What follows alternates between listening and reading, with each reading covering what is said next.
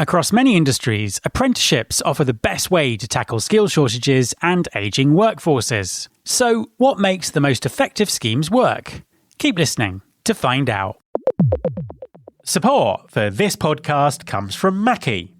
Mackie enables businesses to build intelligent, science-backed hiring strategies that predict on-the-job performance and adapt as roles and markets change.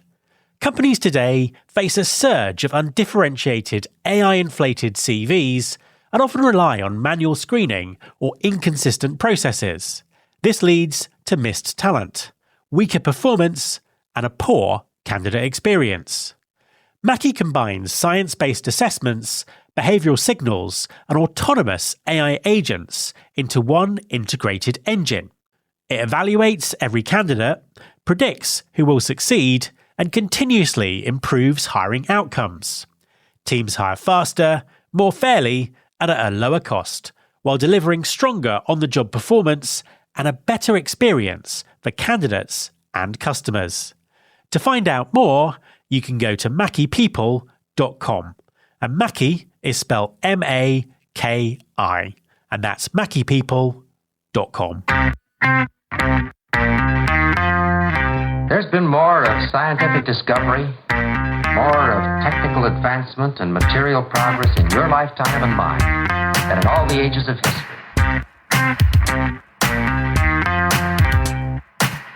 Hi there, welcome to episode 799 of Recruiting Future with me, Matt Alder. In some industries, ageing workforces and deepening skill shortages mean companies can no longer rely on hiring the experienced workers they need.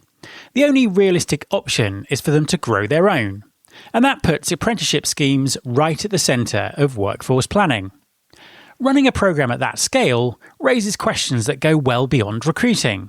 Culture shapes whether people stay, mentoring determines whether skills actually transfer, and long-term success often depends on governments understanding how to direct support towards the future talent that industries actually need. So, what makes an apprenticeship scheme genuinely effective for high-skilled talent, and what has to be in place around it to make it work? My guest this week is David Dart, Chief People Officer at Caliber Holdings. In our conversation, David shares what he's learned building an apprenticeship scheme for skilled talent at scale. Hi, David, and welcome to the podcast. Thank you. Appreciate it. An absolute pleasure to have you on the show. Please, could you introduce yourself and tell everyone what you do? Absolutely. Yep. David Darn, I'm the Chief People Officer at Caliber Holdings, also better known potentially as Caliber Collision, but we have some other businesses. We have a glass business. We do some calibration as well, but we have a fleet business. So like these other kind of collision adjacent businesses to make sure that we're full service for the auto collision industry. I've been here 3.5 years. I was brought in really as the first kind of professionally trained professionally experienced HR leader for the company. We were about 22,000 when I got here. We're a little over 30,000 employees now, teammates as we call them.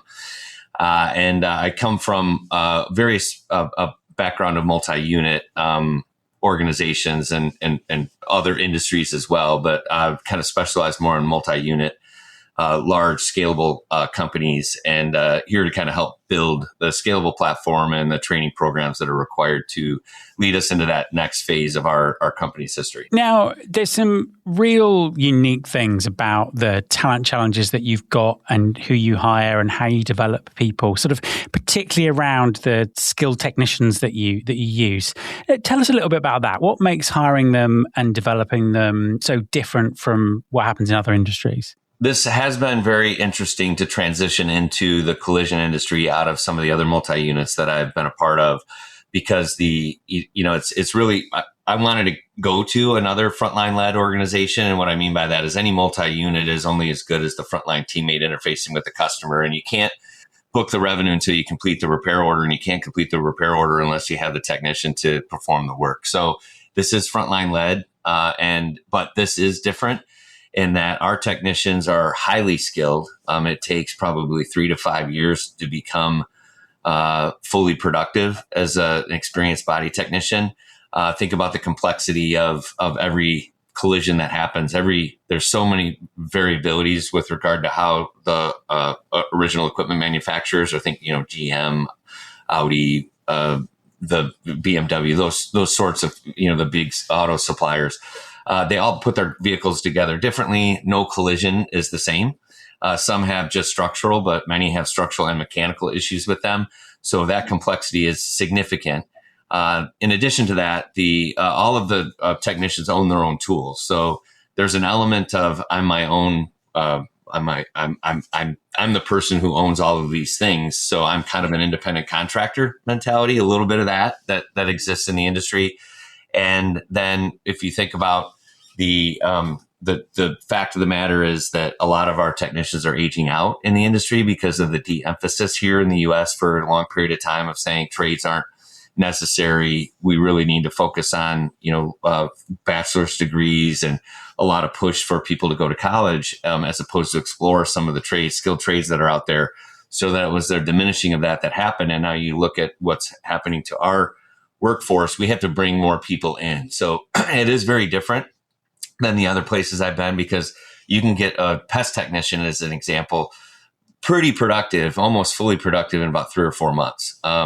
The turnover might be high in that first 3 or 4 months because some, people find out what the role really is and they might not love it, but you can get them pretty productive. It literally takes 3 to 5 years to get fully productive as a body technician. So that does pose a significant a number of challenges in this industry. I can imagine that's a kind of a long time to get up to speed and an aging out workforce as well. One of the solutions that I know that you've come up with around this is an apprenticeship program. Tell us how that worked and what you're sort of trying to achieve with that. So we recognized a few years ago, this prior to my arrival, that it was necessary to help build this next wave of qualified technicians in the industry. And as the industry leader, we wanted to take a leadership position. We think all companies need to take this seriously. The larger multi-unit, large MSOs need to take this seriously because we have to build for the future. But obviously it's our own business situation that we need to make sure that we take care of our customers. And so we need more technicians to do that. So we made a commitment to invest in a technician apprentice program, what we call TAP. And that is a competency-based program that you have to complete. Typically takes 12 to 18 months to complete the competencies that are associated with becoming a TAP graduate at the end of that. And so there's incentives in place for our mentors, but focusing on hiring, we love to hire people out of either trade programs already. So like if you're at a trade school and you're graduating, we love those people because they've been in and around the work environment in a school setting, but also anyone who's been around vehicles as an early start for them. And we even do some hiring out of high school. So like it is a great program because you can enter the program with very little skills. And we really look to bring you up to speed as quickly as we can with the basics around the program. And then once you graduate, we still have some continued mentoring that we try to make sure that people aren't just like thrown to the wolves at the end of that 12 or 18 months. They're assigned somebody who's going to help look out for them and make sure that they can manage the work because it can be, you got to plan your day effectively when you become a standalone body technician. So it does work. We have a little over 2,000 graduates now that are with us in the organization. And it's been a very important solution. Had we not had this group of people over the course of the last few years, we really wouldn't have met a lot of our goals as an organization for growth because we just wouldn't have enough people to do it. So it's been a really important boost to the company, just having this workforce, constantly coming in, and we can do the ebbs and flows of how many we have in the program based on the demand in the industry. So, we at one point we might have 1,800 apprentices in the program at one time, but then we can adjust that down based on the demand environment. But it's been a very great pipeline for us from a repair hour perspective. You mentioned at the beginning of the conversation that there's an independent contractor mentality amongst your workforce. Does that impact the way that mentorship works between the apprentices and the more experienced technicians? Well, I think I'd go back to our culture first, because while yes, there might be a an air of an ability to actually view yourself as an independent contractor. You're the owner of your tools. You're the owner of your life. You have agency. You're not dependent on the company to provide you with, the basics of actually auto repair. We have a lot of heavy equipment that we provide for them to do their jobs well. But it really, I'd first say like culture is really important for Caliber, because if you create a highly collaborative, connected, team-based culture at your centers, you don't get turnover. Like, they might view themselves as an independent contractor, but they don't want to leave because they love it there, right? And you certainly they want hands-on cars and those sorts of things, but in the ebbs and flows of demand, even in seasonality, if you create a fantastic environment at the center level, you don't see the turnover. And so I think that's an important element I just want to mention. But the one thing I would say is mentorship has been really important engagement element for us too. There are a ton of people who love doing the mentoring because it's such a rewarding experience to teach someone the skill that you've built over 15, 20 years, and you can pass that on to the next generation. We have a lot of family that enter this industry, and so there are some father-son mentors that we've had, father-daughter mentors that we've had in our mentor apprentice that we've had in our program. It's a very family-friendly, family-oriented. You're passing on a trade to your children, and so that's been a really interesting element of it as well. But the mentors who continue to build apprentices into graduates and then body technicians, experienced body techs, are really proud of that work. We certainly have financial incentives for that because it is so valuable to us too. But you can see the engagement that happens. Are the turnover rates of our mentors and the turnover rates of our apprentices that turn graduates are significantly lower than our experienced body technician turnover. So it's another retentive element to it because you're really pouring back into somebody else to help them reach their full potential. And mentors are a big part of that. That's our first pillar of our Caliber home that really talks about how we do things. And it's we want to inspire every teammate to reach their full potential. And mentors are then pouring themselves into apprentices. And so it really creates a lot of stickiness for them, as well as pride, in the company and in what they do as a technician and a leader. Just to kind of zoom in on what you were saying about turnover and culture there. So obviously this is a really big investment. So the retention of the apprentices when they graduate is also very positive? Yes, it's significantly lower than the overall body technician turnover. I think you obviously, if you've kind of provided someone with a lifelong skill that will allow them to make, if they become a very experienced and skilled technician, you're talking about, six figure, 100, 120, 130, $150,000 a year that you can make as an experienced body technician. There are some that run technician teams that make even more than that. So it is a lifelong skill that will allow you earning potential. In addition to that, if you wanted to come into management, you have that opportunity too. So once you pour some of that into an individual, it obviously creates additional retentive environment for them, because they're like, hey, look, these guys made me into something that can really build a whole career around. So that does have a really strong connection. And in this industry, more so than any industry I've been a part of, the cost of technician turnover is substantially higher. It's very difficult to replace experienced body technicians. There's a lot of churn in the industry where people leave and come back. And so you really want, every time you lose somebody, and that bay remains open where they would normally be, you're losing revenue and profit, every month that you do it. And if you have to build that from an apprentice, obviously it's going to take a long ramp time to get that foot filled. So it's really great to have, the retention lower. Any way you can lower that, it's really beneficial to the company and helps you reinvest in the organization as a whole. Let's talk about AI a little bit, because it's obviously shaking up a lot of industries. It's changing a lot of jobs. How does it apply to what you do? Are there any areas where AI is kind of shifting work in a particular direction? And are there areas that are just always going to be AI proof? Yeah, the great thing about this industry is that we do have some AI proofing built in. It's going to be a long time before AI or robots have an ability to repair a vehicle the way our people can. And it's really remarkable. We call them artisans, but if you look at someone who can do both structural and mechanical at a very high level, they can take any vehicle that's damaged and completely, like you'd think you'd total it. And it's like, they could say, I can do that, right? They can take the entire vehicle apart, put it back together to include mechanical improvements, and you wouldn't even know it was in an accident. That's real skill. So think about that. That's going to be a very, very, very long time before AI or robots are going to actually do that kind of work for us. So that's one element of why it should be attractive for young people who are looking to start a career that are interested in the trades to come into our industry.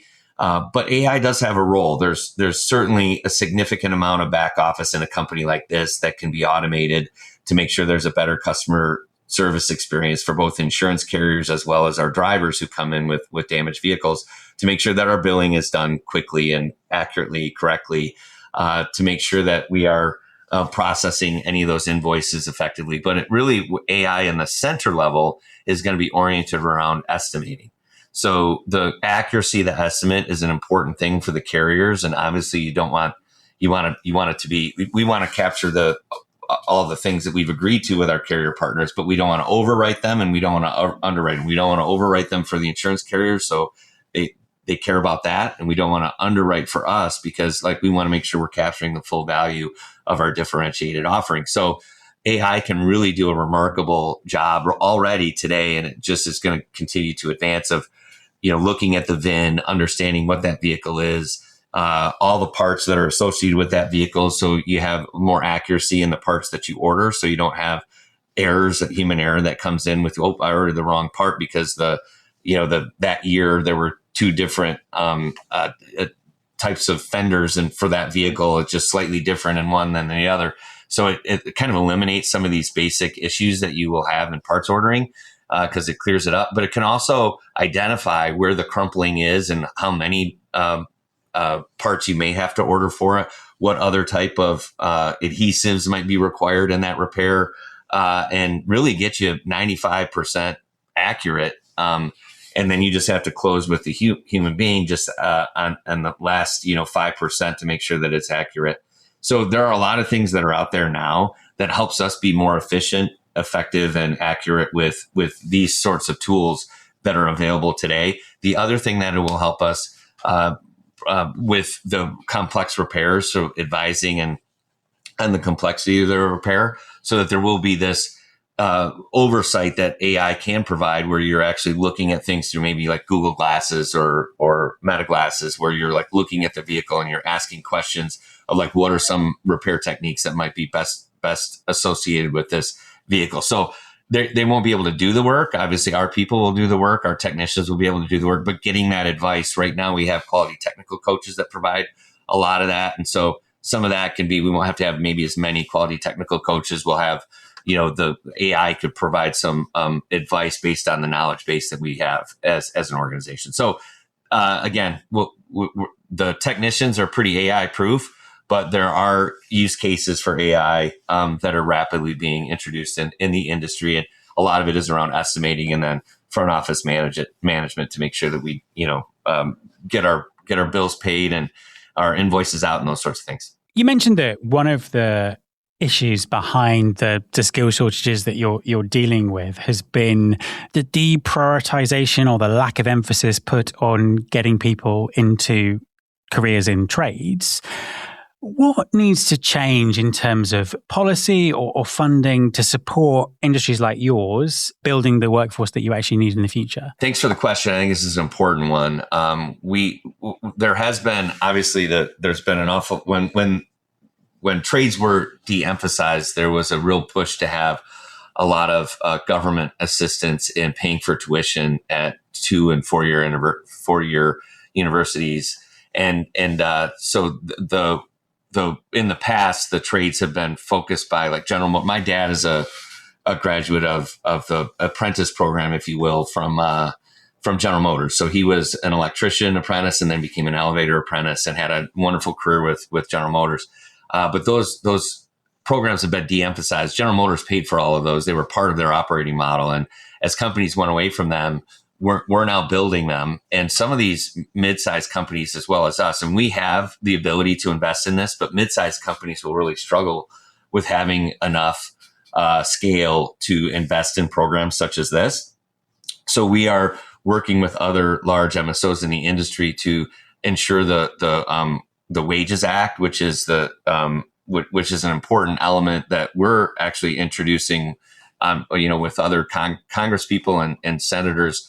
The Texas legislature has been really helpful with this, but really trying to say, hey, look, we need some investment and help at a high level to reduce the financial burden on employers that sponsor apprenticeship programs, so that maybe the federal government can help drive, better productivity of our citizens by giving these tax credits or wage subsidies for employers who are hiring apprentices, and then some incentives for creating or expanded some of these apprentice programs. Things like classroom training, classroom instruction, and just overall training costs are significant. We do provide initial kind of toolkit, toolbox for our apprentices when they join the company, becomes theirs after 90 days. But that's an expense, right? There's a cost to that. But that I think really does help. If we could get some additional funding in the industry to help jumpstart these programs so that there's more and more people that are coming in and learning what a great career this can be. Especially the small and mid-sized companies are really going to struggle with this. So we're, as the industry leader, we're trying to do this for the entire organization. The Department of Labor is really supportive of this in the current administration. So we hope that we can get the Wages Act across the finish line. Hopefully in the next, it's in committee, so it takes some time. But we think this could be a real great jump start for not just our industry, but others that are looking at apprenticeship programs. Final question. What do you think things are going to look like in 2 or 3 years' time? How's your industry going to change? And what role is the programs that you have going to play in shaping that? Well, I think if you talk about AI with the advanced driving assistance systems, or ADAS, like we're all getting used to using them. About half the cars, what we would call the car park, are ADAS enabled. And so we're no longer bumping into our neighbor in the grocery store parking lot, right? These are the severity of the accidents are higher and higher because the lower ones aren't coming into the shop because they just don't happen as often as they still happen, but not like the frequency that they did before, because these cameras and sensors and the US consumer is learning how to use them. And so they're reducing more and more of the accidents that happen out there, as well as these AI driving capabilities are also advancing really quickly. So the industry will look different, I think, because there will be some additional consolidation in the industry, but it doesn't change the fact that, we still need people to do the work. Like I said at the very beginning of our conversation, or close to the beginning, robots aren't coming around the corner to actually do these complex repairs tomorrow. It's going to be a long time. 3, 5, 10 years from now, we'll still have the need for trained, skilled people to do the work. And so I don't think anything is going to change from that perspective. Maybe the incidences are going to reduce, so the supply in the industry will be reduced, but there'll still be need for calibration, and people do that as well. And so we think it's going to continue on, and that's why apprenticeship programs like we have will continue to go on into the future, because there'll still be a need for consistent supply of trained, effective talent. And the other thing too is that all these technology changes are